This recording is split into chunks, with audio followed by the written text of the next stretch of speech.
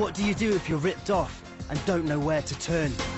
I did outline all the faults in the vehicle. He rejected all those. A court of law backs you, but you still don't get your money. Little did I know how long it would take to try and recover the money from him. Sorry. It's time to call the sheriffs. We have every right to enter the premises by force if necessary. We will be entering that building. Sheriffs are High Court enforcement officers who recover what a court judgment says is owed. The writ orders us to come here and seize goods to the value of this debt. They're the experts in getting cash that's rightfully yours. £1,323. But fighting for the underdog isn't a job for the faint-hearted. Provide self-life. I will back that truck straight through your windscreen. Debtors aren't pleased to see them. They're harassing people. Because they hate paying up. Are you happy for me to just leave you some paperwork? No, I'm not. Go away. In today's programme, former office manager Shelley Summers was sacked by text. She won a tribunal, but never got the compensation. At one point I seemed to have everything, and then the next point I was just left with nothing. Can the sheriffs put that right? Steve Knock had always dreamed of buying a boat, but when he finally got one, it became a nautical nightmare. He took the company which sold him the faulty vessel to court and got an out-of-court settlement, but he still hasn't got his money. The sheriffs tried to pay them a visit. Every asset on these premises is now seized. And this garage sold a car for a customer, but didn't give him the cash they got for it. The sheriffs go to the garage to get the customer what he's owed, but they get a frosty reception. I have to tell you, mate, if you try and shut me in here by pulling the shutter down, that's an arrestable offence. I'm just warning you.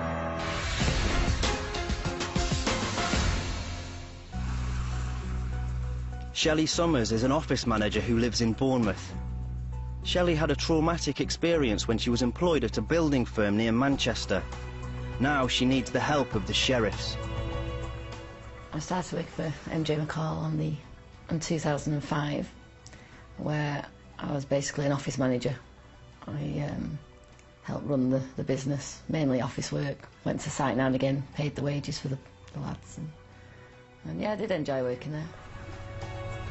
But in July 2010, the firm moved to bigger offices, and the atmosphere at work changed for the worse. One day there was a row that was absolutely unbelievable. There was swearing, I got that way that I thought someone was going to get hurt. I really did think there was going to be some kind of fight or something. And at the time I was on the phone speaking to a client, and he was asking me what's going on, and I just said, I'm sorry, I'll ring you back, because I didn't feel professional with the running the business. Shelley mentioned to her boss she was uncomfortable with the shouting and asked if she could work from home for the afternoon. He just said, if you leave the office, you don't come back. I'd worked there 5 years, and I've never known him to speak like that to me before. I was always treated quite fairly, and he's never said anything like that before. So by this stage, I was very upset. I was extremely upset, and in the end, he just went out of the office. Shelley was so distressed by what had happened, she went to see her doctor.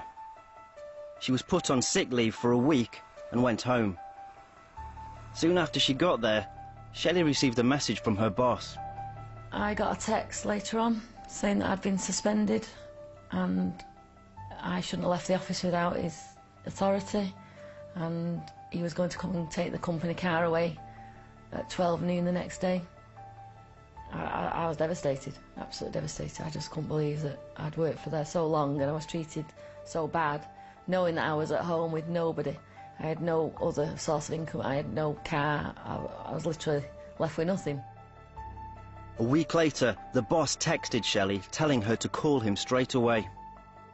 I was just about to give him a ring, and then I got the text, you are now sacked for gross misconduct. You had your chance and blew it. The shock made Shelley ill. It was just the stress of basically having no money coming in, no car, You know, one point I seemed to have everything, and then the next point I was just left with nothing. Shelley decided to fight back. I really felt this is wrong.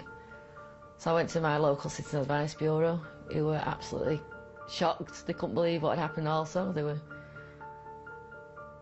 basically trying to help me, so they found me a legal aid representative. With their help, Shelley went to an employment tribunal, which decided she'd been unfairly dismissed. I was awarded £11,650, approximately. I've been paid nothing. It's now a year on, and Shelley's tried everything to get her money. She's at the end of her tether, but the law allows her to do one last thing. Apply for a High Court writ. Shelley got one, and now a sheriff is going to enforce it.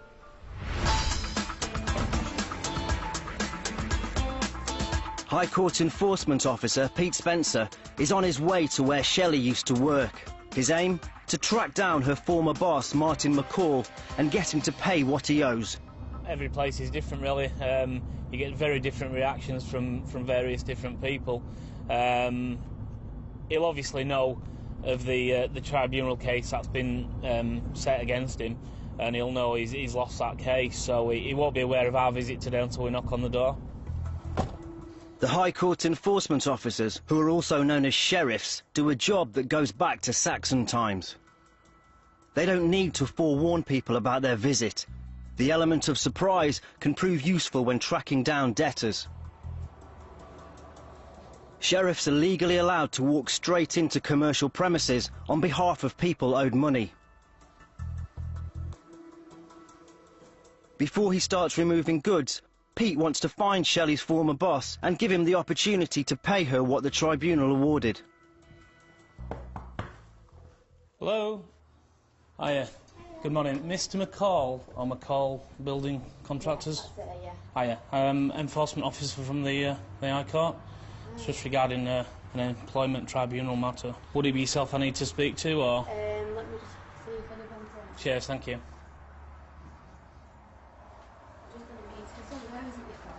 I'm an enforcement officer working on behalf of the High Court. Right, okay. Okay. It doesn't take long for Mr. McCall to appear, but he isn't keen on being filmed. No, I don't know having any filming.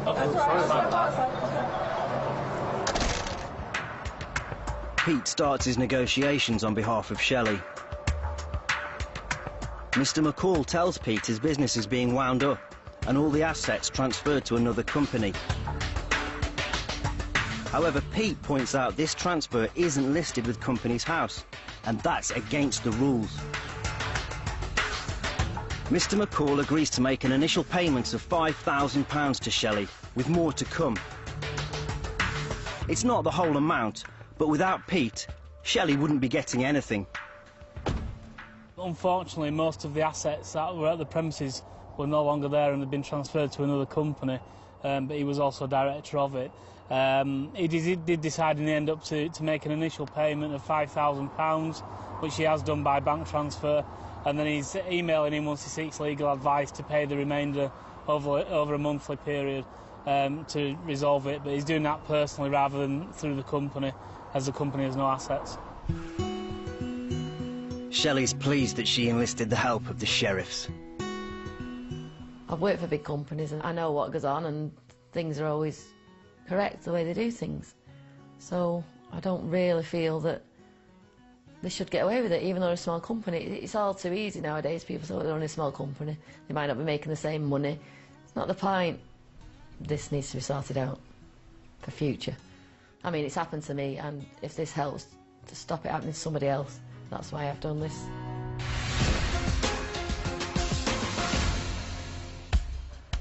David Carter is Joint Managing Director of this High Court Enforcement Office in London. The recovery rates of a High Court Enforcement Officer are far greater than that of a County Court Bailiff. Part of the reason is that we're paid on results, we're not salaried, and the second reason is that we have greater powers than the County Court Bailiff in terms of seizure and forcing entry to various types of premises. A High Court writ costs £60. If the sheriffs are successful in settling the debt, there's nothing more to pay. because the debtor foots the bill. £1,323. If the sheriffs don't get the cash owed to their client, there can be an admin fee to pay, also £60. Why are you here? Because it's still owed. The money's still owed. What are you here for? To collect the money. Every month, this enforcement office helps over 1,000 people who are owed money, and another case has just been added to the list. High Court enforcement officers Lawrence Grix and Kev McNally are on their way to a garage in Middlesex. The garage advertised a car for a member of the public for £27,995. The car was sold, but the customer never got his money. After trying everything to get his cash, the car owner went to the High Court and got a writ for the money he's owed. Now the sheriffs are about to enforce it. They visited the garage before, but the boss went to court to get a stay to delay them removing goods to cover the debt. We won't be taking our time with this one because he managed to get the stay last time. So we'll be going in demanding full payment. If he doesn't pay in full, we'll be immediately removing the Ferraris. But it's not just cars that the sheriffs are after today. There are computers at the garage and 2 Ferrari diagnostic kits worth £40,000. As High Court enforcement officers, they're entitled to pick them up and walk straight out with them. But the owner might not take too kindly to that. Once we left and the stay was in place, he phoned me up. He was quite threatening over the phone. So it'll be interesting to see just how threatening he is when we turn up. The sheriffs are yet to meet garage landlord Mr. Birdie or his son, Mr. Verdi, the owner of the business, face to face. They don't even know what they look like.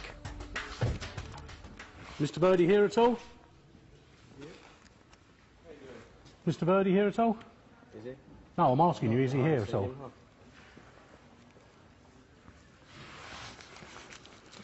Is somebody able to get him on the phone at all? Is he upstairs? Is he in the office?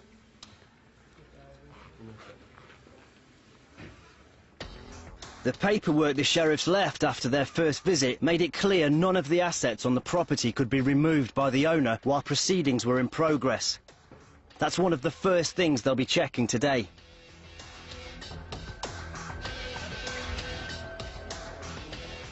How you doing? I think we can safely say that that's not Mr. Birdie. I'm a High Court enforcement officer. Okay, I was here before. We got a High Court writ to seize goods on the premises to cover a debt, basically. Mr. Verdi managed to get a stay last time. That's now been overturned.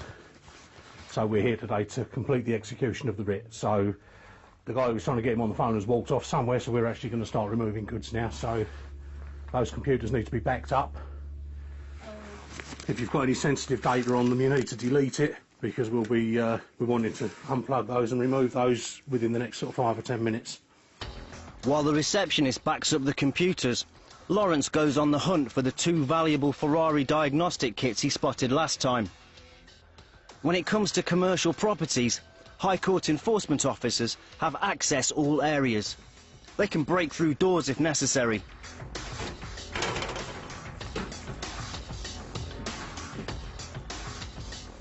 Lawrence has found one of the kits, but has the garage boss sold it to prevent it being removed? Yeah, that's the one we want. Don't belong to us. Sorry? That don't belong to us. Who does it belong to then? No company. Another company. What other company is that? Read it. What I have noticed going around is a lot of stuff has now got stickers with asset tag on, so it looks like he might have attempted to defeat distress by basically borrowing money against those assets. Could be just a nominal amount, just so that some other company can try and claim title to them. But it doesn't affect us because they were already seized. So anything that was seized previously, which was the entire contents of the workshop, can't then be passed on to an asset finance company. Go and get that diagnostic stuff off there, mate. I don't care what asset tag they put on it. It wasn't on there last time. We've seized it last time. We've had no third-party claim, so we'll take it. We'll try and find the other one. While Kev confiscates the £20,000 diagnostic kit, Lawrence checks outside for any cars that can be removed. I've just been looking around. There doesn't seem to be any of the cars here that were here last time, but that's not unexpected because they were, you know, we believe customers' cars being worked on. It's not surprising. Lawrence spots something suspicious going on in the garage. I have to tell you, mate, if you try and shut me in here by pulling the shutter down, that's an arrestable offence. I'm just warning you because obviously the shutter's come down over there. The shutter move may be a warning shot. Lawrence and Kev need to act fast.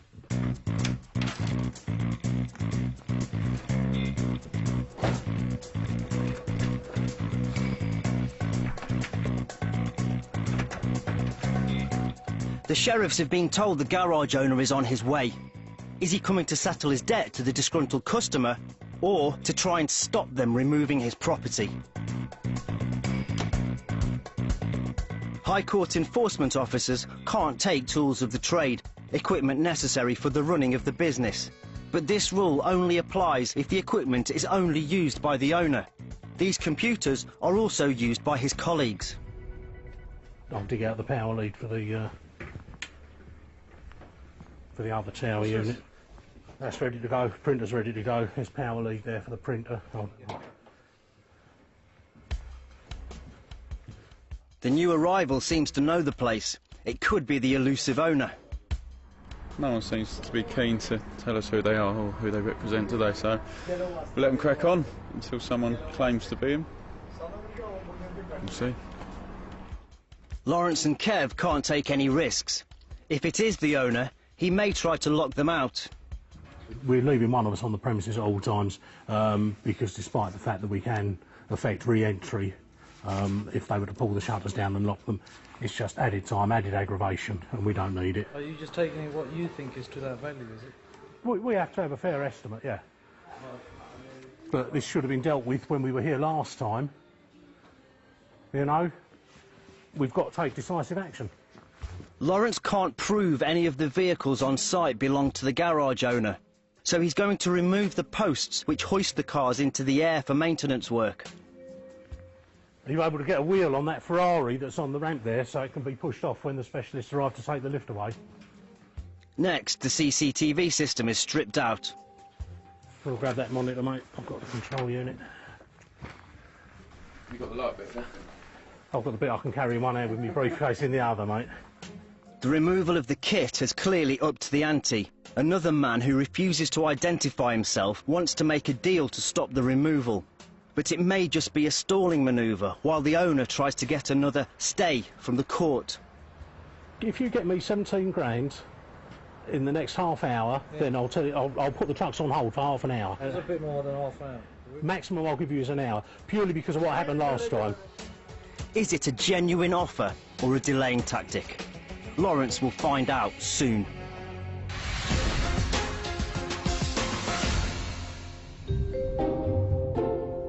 It's Pete's last job of the day in Bingley, Yorkshire.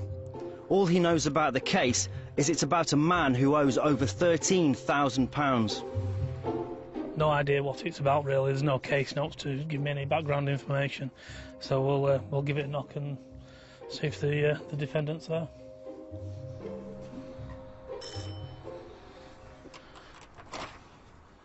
Hey, is there Mr... No. Do you know of that name, or...?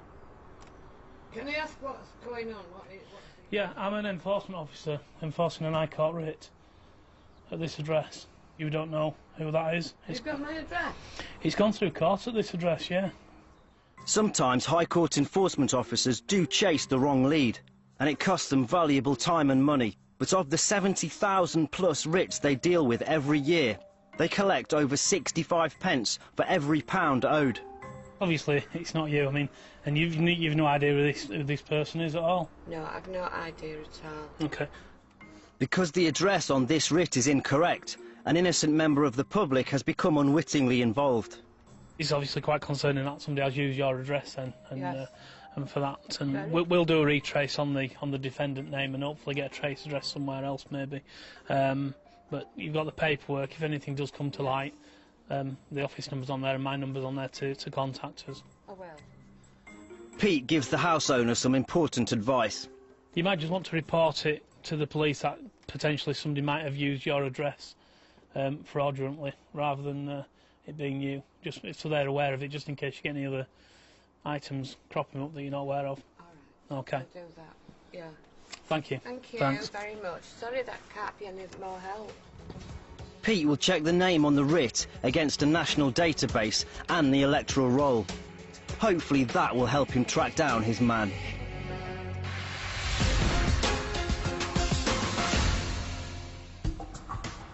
Back at the garage in Hayes, Lawrence and Kev are still waiting for the money they've been promised.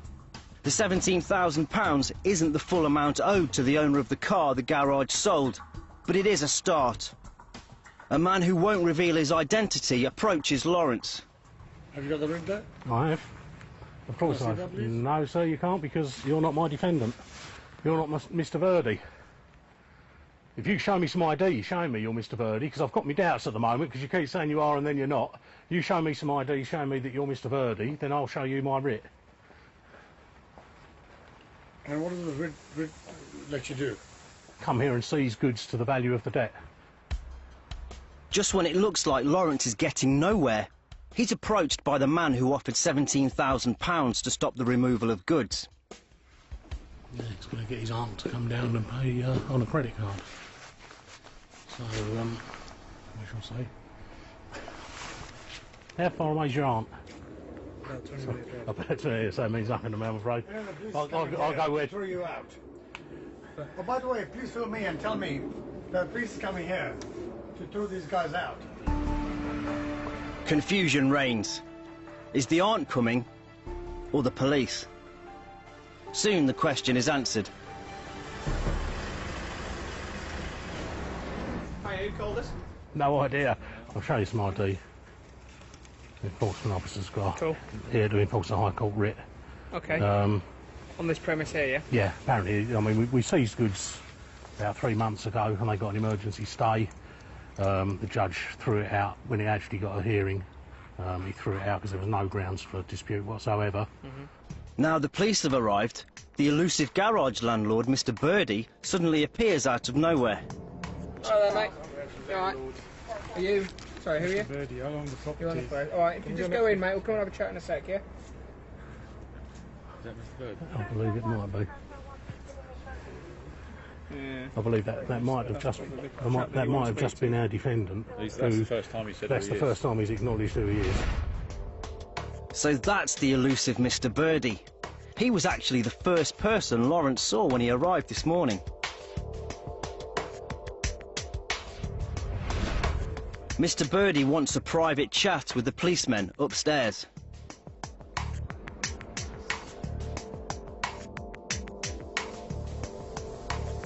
"20 minutes later, the police officer reappears. He reports back on Mr. Birdie's side of the story.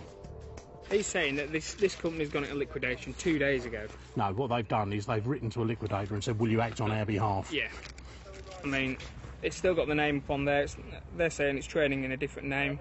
You've got the correct paperwork here to say you can come here and take the goods. Yeah. And that is basically it. Have we got an actual name of the chap that we're after? No, we're after Verdi Just Ferrari Verdi After Ferrari, Sales Limited. The fact that he's a director is that we're not after his personal assets. Yeah. We're after assets of the company, which is the stuff that's here. And whether it's in liquidation or not is...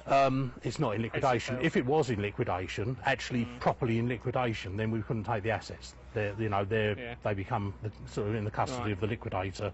Well, at the moment, they failed to give me anything of that. The lady on the phone said they wrote to us 2 days ago and asked us to act for them. We've had no paperwork from them whatsoever, so they're not in liquidation.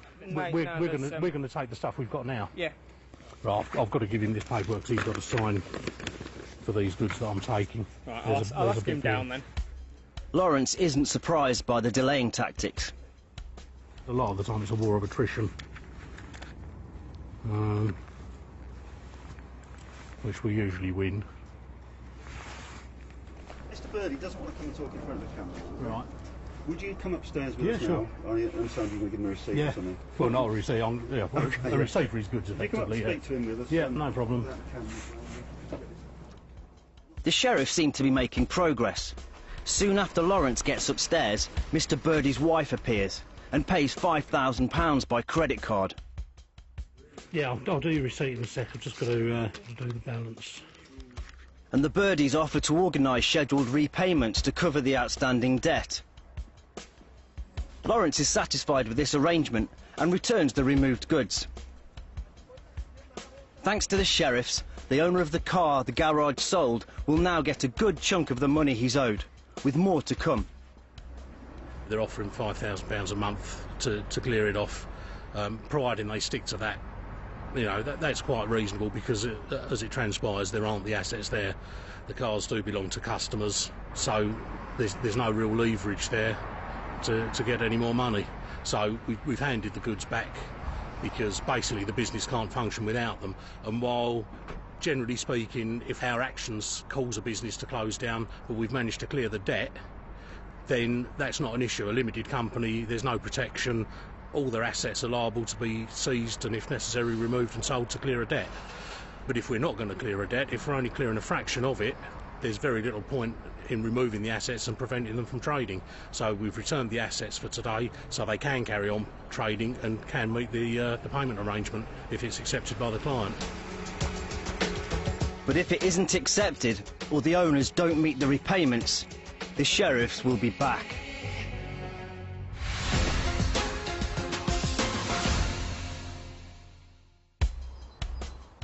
Steve Knock is another unlucky member of the public who needs the help of the High Court Enforcement Office. Steve was an aircraft engineer until an accident ended his career. In 2004, I had an accident and unfortunately it left me with what they call nerve root impingement, which is sort of basically down my left arm, and in my left hand I can't feel properly. I haven't got any real good sensation there, and also in my right leg. As a result of his injuries, Steve lost his job. He started to rethink his approach to life. That was when really we appreciated your health, and life is a lot more important. One of the things that we had always dreamed of, because we sort of lived close to the River Thames, was to have a boat and use that to sort of trundle up and down, you know, the Thames when it was nice. Steve and his wife bought this luxury cruiser from Regency Marine Limited, trading as Gibbs Marine in Shepperton. The price? £62,000. It had always been a lifetime ambition. The dream, if you know what I mean, dreaming about having a boat, and that, you know, initially, you know, seeing people go past, especially in the summer, going down the Thames on the boat, pulling up at a little pub and having a pub lunch, that seems such a nice thing to be able to do. You know, I'd always dreamed about having a boat, but could never really justify the expense of having one. When I had the accident, you know, justifying buying a boat realistically went out the window, because you realise that money isn't the be-all and end-all, and it's about enjoying your life, enjoying what you've got. But Steve's dream became a nautical nightmare. The boat looked great, but he says it turned out to be a disaster. Looks can be deceiving. Certainly, in my experience of this boat, it was the biggest pile of junk going, really. Steve had problems from day one. There was probably about 20 or 30 defects on the boat. One of the faults was particularly concerning. Steve was worried about the possibility of carbon monoxide poisoning. The exhaust fumes were getting into the cabin area and the sleeping area, so much so that it was setting off the carbon monoxide alarms. And to add insult to potential injury, as soon as it rained, it became apparent the front cabin had a leaky roof. It just leaked like a sieve. After about 5 minutes of it raining, you might just as well have stood outside. Steve asked for a meeting with the owner of Regency Marine to insist he fix the problems or give him his money back. The meeting sort of basically broke down.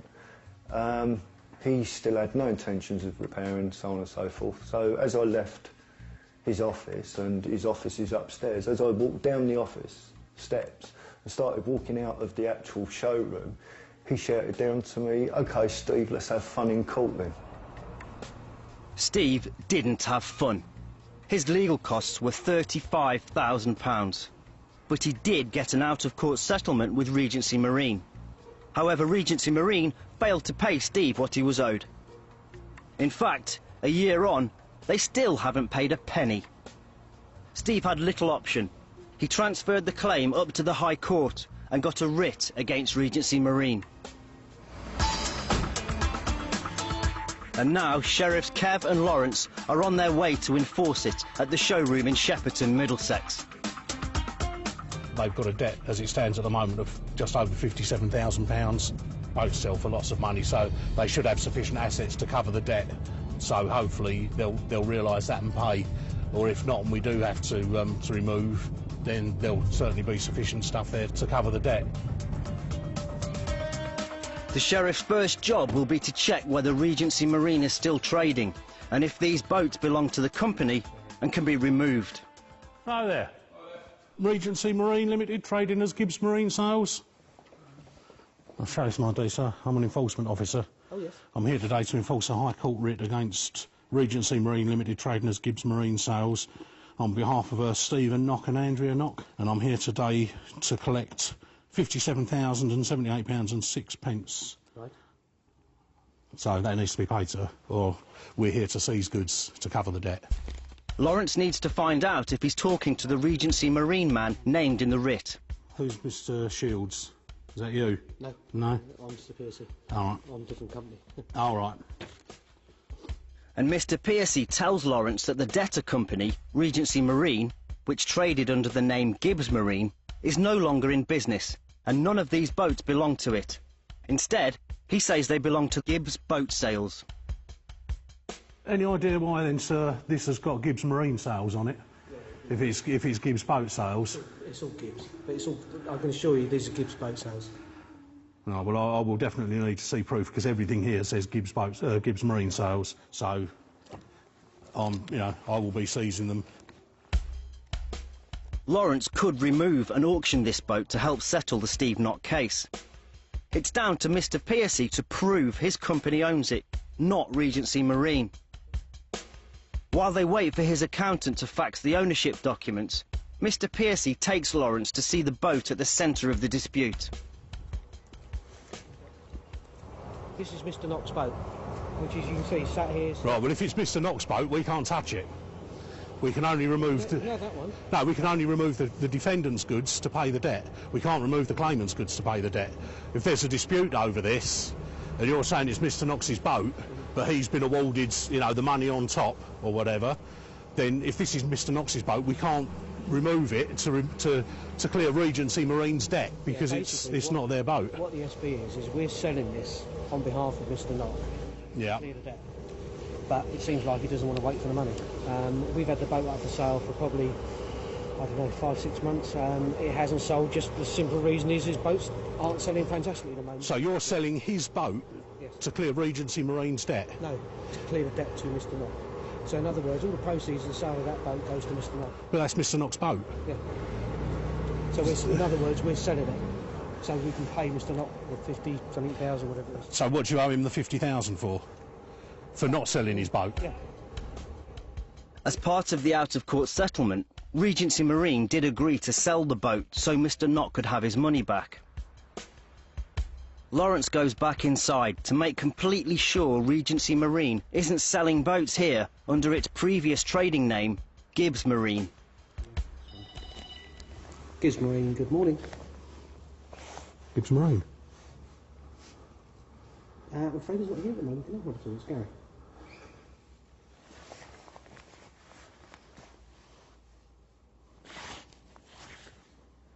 I must admit, I don't know off the top of my head. Can I take your number? Just avoiding that. Yeah, answering the phone, Gibbs Marine. Some paperwork's been faxed to Mr. Piercy. Does it prove the boats don't belong to the company that sold Steve Knock his boat, and so can't be seized today? Yeah, I just find it very strange that you just answered the phone, Gibbs Marine. Yeah, we always do. But you're not Gibbs Marine? Gibbs Marine's been here since 1987. Yeah. So to keep it all running. Let me just have a look at this paperwork. The paperwork doesn't include bank account transactions confirming Regency Marine sold the boats to Mr. Pierce's company. Lawrence isn't convinced. There appears to be some doubt over the ownership of most of the vessels here, so I'm going to list down every boat in here, and you'll have 5 days. If your company's claiming to be the owner, you'll have 5 days to submit paperwork. If, for example, like the boat outside has got a lien on it by a bank, the bank will have 5 days to submit their claim. You can see where I'm coming from on this, can't you? Every asset of the defendant company on these premises is now seized and does no longer belong to the debtor company. I do have to tell you, because this is commercial premises, if we deem it necessary, we can effect an entry using locksmiths or any other means. Now it's down to Mr. Piercy to prove the boats belong to his company and not Regency Marine. We'll have 5 days now to do a third-party claim to those goods and submit their proof to us that they actually own those boats. So it's going to be a paper exercise, a bit of a legal exercise really, but it wasn't clear who owned what, so I've just done a paper seizure on it all. To clear up the ownership issue, Mr. Knock went to court, and the court held that Gibbs Boat Sales Limited were a separate company and were legitimately trading, so Lawrence couldn't take any of their boats. It looks like Steve Knock won't be getting his money back from Regency Marine. It's disappointing for Steve, but he takes time to reflect on the few happy moments he had on the boat before it all went badly wrong. You know, it was something that we'd always really dreamed about, especially me, if I'm perfectly honest with you. So when we got that, it was unbelievable. It was such good fun. Just being around the water, being around the wildlife as well, everything about it was just absolutely fantastic. It really was, you know. I genuinely sort of recommend it to anyone. Just be wary of where you buy your boat from, really.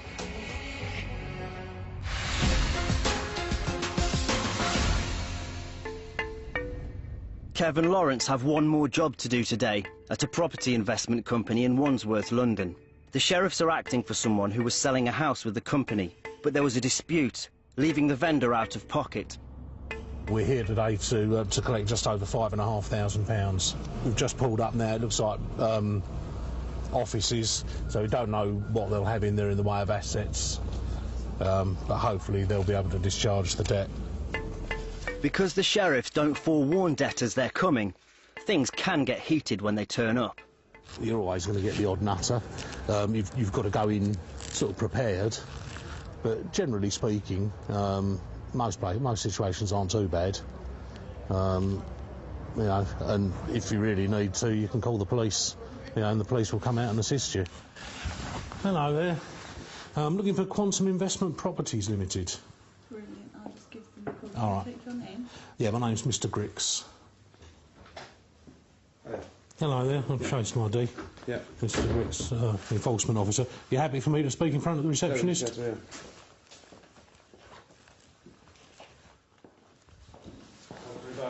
Sorry? We're here today to execute a High Court writ on behalf of Mr. Stephen Savage and Mrs. Susan Hibbert. Yeah. The amount outstanding at the moment is £5,521.61, Okay. which is what we're here to collect today. Yeah. Yeah. So, So, how would you like to pay? debit card if you could. Yep. Okay. Yeah. Okay, do you want to go get it? We've got a chip and pin machine. My colleague will just go and get the machine. Take it upstairs quickly every 2 seconds. Okay. Result. That was quick, even by Lawrence's standards. Sometimes that throws them. If you just come out with it, how would you like to pay, and don't give them the choice, it sometimes works, which it appears to have done in this case. He hasn't come down with his debit card yet, so, you know, can't count our chickens, but, yeah, that'd be a good way to finish the day. It's a debit card, yeah? Yeah. There's a £5 surcharge for the debit card payment. For the company director, settling with the High Court enforcement officers was cheaper than a long legal battle. I knew it had to be paid, should have been paid earlier. But the whole kind of thing is a bit frustrating because at the end of the day, if we had got lawyers involved, it could have been a different case. If only they could all be like that. You know, we're here to collect this amount, this is what we're doing here, how would you like to pay? Debit card, all right? Yep, thank you. If only. Well, yeah, it's nothing against these guys. They've got to collect the monies for the client, but at the end of the day, you win some, you lose some. Back off to the office now. Job done for the day. A welcome early finish for the sheriffs.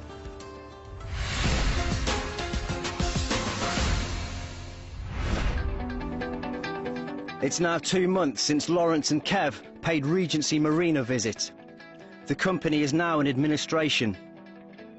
Steve Knock has taken his boat back to sell and try and recoup some of his losses.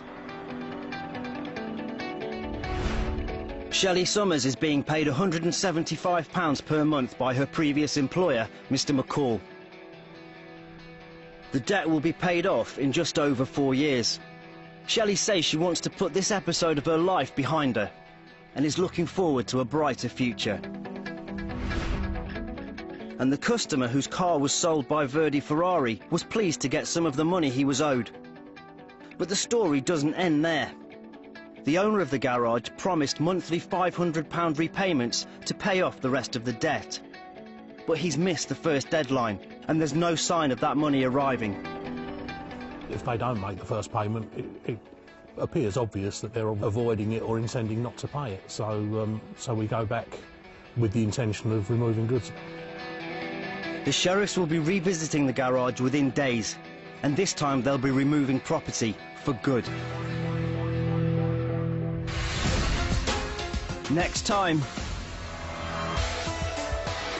Karen Stedman's employers were supposed to deduct money from her wages to go towards paying her rent. The money was deducted, but they didn't pass it all on to her landlord, so Karen and her family were threatened with eviction. It's very, very stressful, and I wouldn't like any other person to go through it. The sheriffs pay her employers a visit. Will they get Karen's cash? What do I need to do now? Need to pay it. I need to pay it. The sheriffs go to the home of a businessman who failed to pay an employee her wages. They're told he's moved out, but is it the truth? Bye-bye. Okay, mate. Bye-bye. If that bloke was lying, I don't think he'd give us a forwarding address. Because the chances are you're going to get bundled. And Lawrence and Kev return to the garage in Hayes. This time they do take property to settle the debt to the customer whose car the garage sold but didn't pay. However, a £20,000 piece of equipment is missing. He was here this morning because the power lead's still plugged in, so I think potentially it's in the boot of a car somewhere. Indecision and infighting, not the kind of behaviour Lord Sugar likes to do business with. Week 2 of The Apprentice, and it's all kicking off tonight.